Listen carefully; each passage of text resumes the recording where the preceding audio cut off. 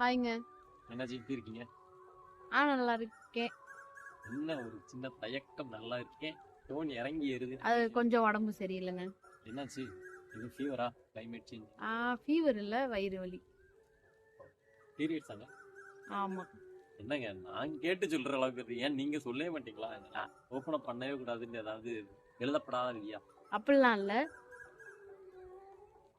இல்ல எனக்கு புரியல. யாரை கேட்டாலும் வயிறு வலி இப்போ ஒரு ஃபீவர்னா கூட டக்குன்னு ஃபீவர்னு சொல்லிடுறோம்.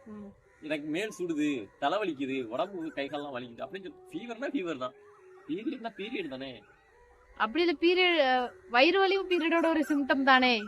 அதை தான் நான் சொன்னேன். இப்ப ஃபீவர்னா நாங்க என்ன தலைவலிக்கு மேல் சுடுதுன்னா சொல்லிட்டு இருக்கோம்.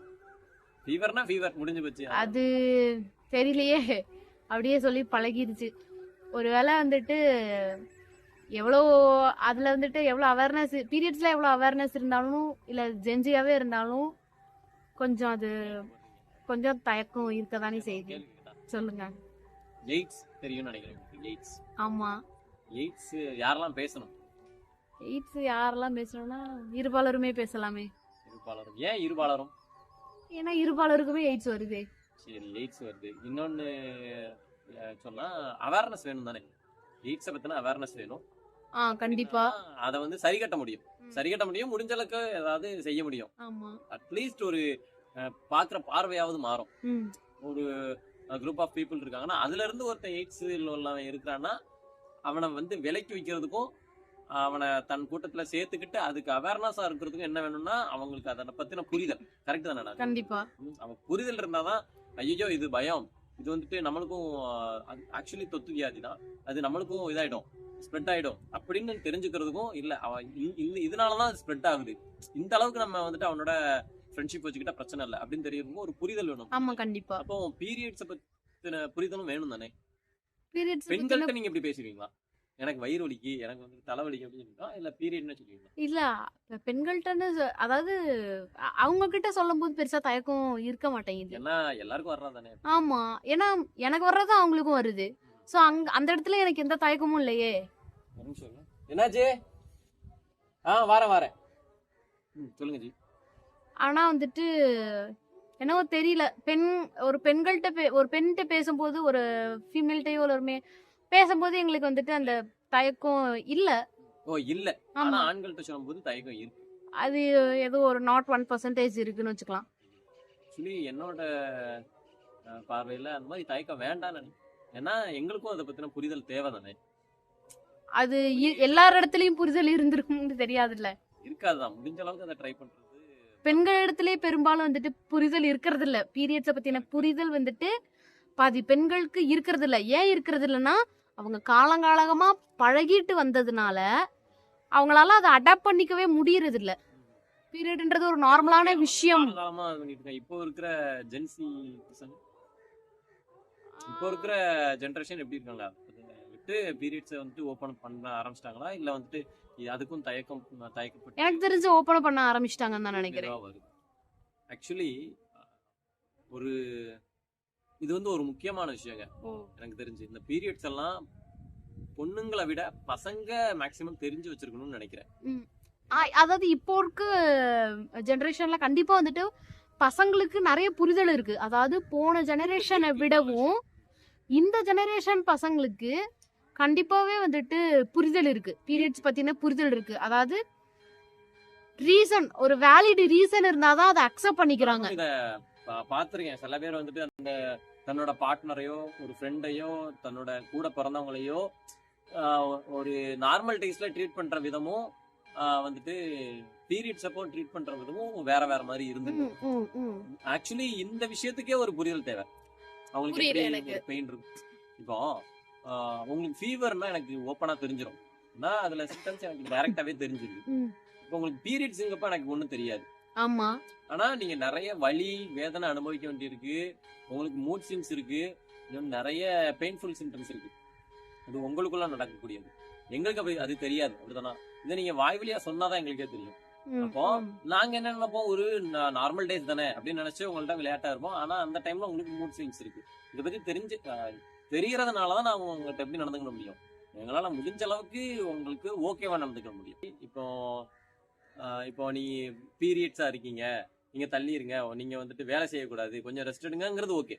ஐயோ நீ வந்துட்டு மா தீட்டு, நீ ஒரு ரூமுக்குள்ளதான் இருக்கணும், யாருக்குள்ளயும் படக்கூடாது, தொடக்கூடாது, நீ எங்க வரக்கூடாது, சமையல் அறைக்குள்ள வரக்கூடாது, அங்க வரக்கூடாது, உனக்கு ஓகேன்னா ஓகே, அப்படி இல்லைன்னா நீங்க இருந்துக்கலாங்கிறது வேற. இல்ல நீ வரவே கூடாது, உங்களை அப்படியே நாங்க என்ன பண்றோம் ஒரு இடத்துல இருக்க வைக்கிறோங்கிறது என்ன பொறுத்த வரைக்கும் அது ஒரு பிரச்சனையா தான் இருக்கு. ஏன்னா அப்போ அவங்களோட மென்டாலிட்டி எப்படி இருக்கும், தனக்கு ஒரு பிரச்சனை இருக்கு அவங்களாம் தள்ளி வைக்கிறாங்கிற ஒரு மைண்ட் செட் தானே இருக்கும். எனக்கு ஒரு சந்தேகம்.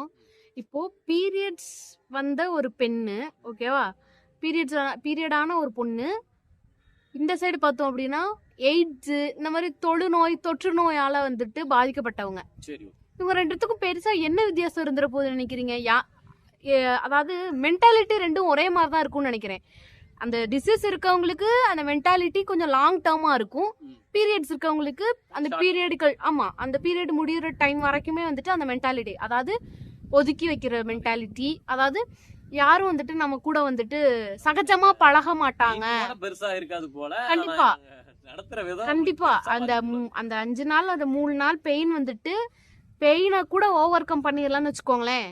ஆனா அவங்க நம்மள ஒரு பாக்குற விதம் இருக்குல்ல, நம்ம வேணுக்குனே நம்ம உடலை அசிங்கப்படுத்திக்கிற மாதிரியும் அசுத்தப்படுத்திக்கிற மாதிரியும் அந்த மாதிரி இருக்கு. ஆக்சுவலி ஒரு சின்ன விஷயம் என்னன்னா, இப்போ நான் ரீசெண்டா ஒரு வீடியோ போட்டிருப்பேன், ஸ்டே ஃப்ரீ விஸ்பர்ஸ்லாம் பத்தி பேசியிருப்பேன். ஓகே, அது வந்துட்டு நான் என்ன சொல்றேன்னா, சின்ன வயசுல இருந்தே ஒரு ஆண் மகனுக்கு இதெல்லாம் தெரியப்படுத்தணும். முடிஞ்ச அளவு அம்மா வந்துட்டு எதுக்கு இப்படி தனியா இருக்கிறாங்க, வந்துட்டு எதுக்கு அவங்க ஒர்க் பண்ண மாட்டாங்க, இதெல்லாம் அதாவது விவரம் தெரிஞ்ச அப்பவே அதான் இதை பத்தி புரிதல் இருக்கிற ஒரு வயசு வரும்ல, நான் சொல்றது உங்களுக்கு புரியும் நினைக்கிறேன். புரியுது. இதை பத்தி புரிதல் இருக்கிற ஒரு வயசு வரும், தெரியாமலே வந்துடக்கூடாது. புரிதல் இருக்கிற ஒரு வயசு வரைக்கும் வந்துட்டு அப்புறம் அது தெரியப்படுத்துறது தான் சரி. பையனுக்கு வந்துட்டு அது தெரியப்படுத்தும் போது தன்னோட அம்மாவுக்கு எப்படியோ அதை மாதிரிலாம் மற்ற பொண்ணுங்களுக்கும் அப்படின்னுட்டு இதுதான் இப்படிதான் நீங்க கற்பித்தல கொண்டு வரணுமே தவிர நம்மளை யாரும் புரிஞ்சுக்க மாட்டாங்க. ஆக்சுவலி நீங்க முதல்ல ஓப்பன் அப் பண்ணணும், இந்த விஷயங்களை பத்தி நீங்க ஓப்பன் பண்ணணும். அப்புறம் எனக்கு சின்ன வருத்தம் என்னன்னா, இந்த பேட்ஸ் நாப்கின்ஸ் எல்லாம் வந்துட்டு ஓப்பனா கொடுக்க மாட்டாங்க. அது என்னன்னு தெரியணும் முதல்ல. இவங்களுக்கு தெரியாம ஒளிச்சு கொண்டு போய் ஆண்களுக்கு கண்ணுல படாத மாதிரி வச்சுக்கிட்டு அது ஏன் வந்துட்டு அதை ஓப்பன் அப்பா கொண்டு போகணும்னு நினைக்கிறீங்க? அதுல இருந்து கூட நீங்க தெரிஞ்சுக்கலாம் இது ஏன் எதுக்கு உபயோகப்படுது. இப்போ ஒரு பொருள் நம்ம வீட்டுக்கு வருது, இது ஏன் என்ன யூஸ் அப்படின்னு நம்ம கேட்கும் போது நமக்கு தெரியும். நம்ம இன்னர்ஸ வந்துட்டு ஓப்பனா வாங்கிட்டு வரது இல்லையே, ஒரு கவருக்குள்ள போட்டோ ஏதோ ஒரு பேக் குள்ள வச்சுதானே எடுத்துட்டு வரோம். நீங்க வந்துட்டு அப்படி பொத்தாம் பொதுவா பார்க்க முடியாது. இப்போ ட்ரெஸ் எல்லாருமே அப்படிதானே கொண்டு வரோம். அது ஒரு ட்ரெஸ், ஒரு கிளாத், அவ்வளவுதான். ஆனா இந்த மாதிரியே என்ன நடக்கிறது இல்ல, நாப்கின்ஸ் நடக்கிறது இல்ல. ஒரு சும்மா ஒரு கேஷுவலா ஒரு கவர்ல போட்டு கொடுக்குறோம், கேரி பண்ணிட்டு போறதுக்கு ஈஸியானு கொடுக்கறது, அதை அப்படி மறைச்சு நியூஸ் பேப்பர்ல கட்டி ஏன் அதை வெளிப்படையா கொடுக்கணும்? அதான் நான் சொல்றேன், அது ஒரு அந்தரங்கமான ஒரு பொருள் தானே. அந்தரங்கமான பொருள் அப்படின்னு நான் பார்க்கல, அது கேவலமான பொருளா? அப்போ அந்தரங்கமான பொருள் அப்படி இல்ல, இது கேவலமான பொருளா? அப்படி இல்ல. சரி, ஓகே. மது பாட்டில் வந்துட்டு ஒரு நல்ல பொருளா? அதை ஓப்பனா கொண்டு வராங்க. இதை மட்டும் அப்படி இது கெட்ட பொருள் இல்லையே சொல்ற மாதிரி பார்த்தா அது அந்தரங்கமான பொருள் தான்.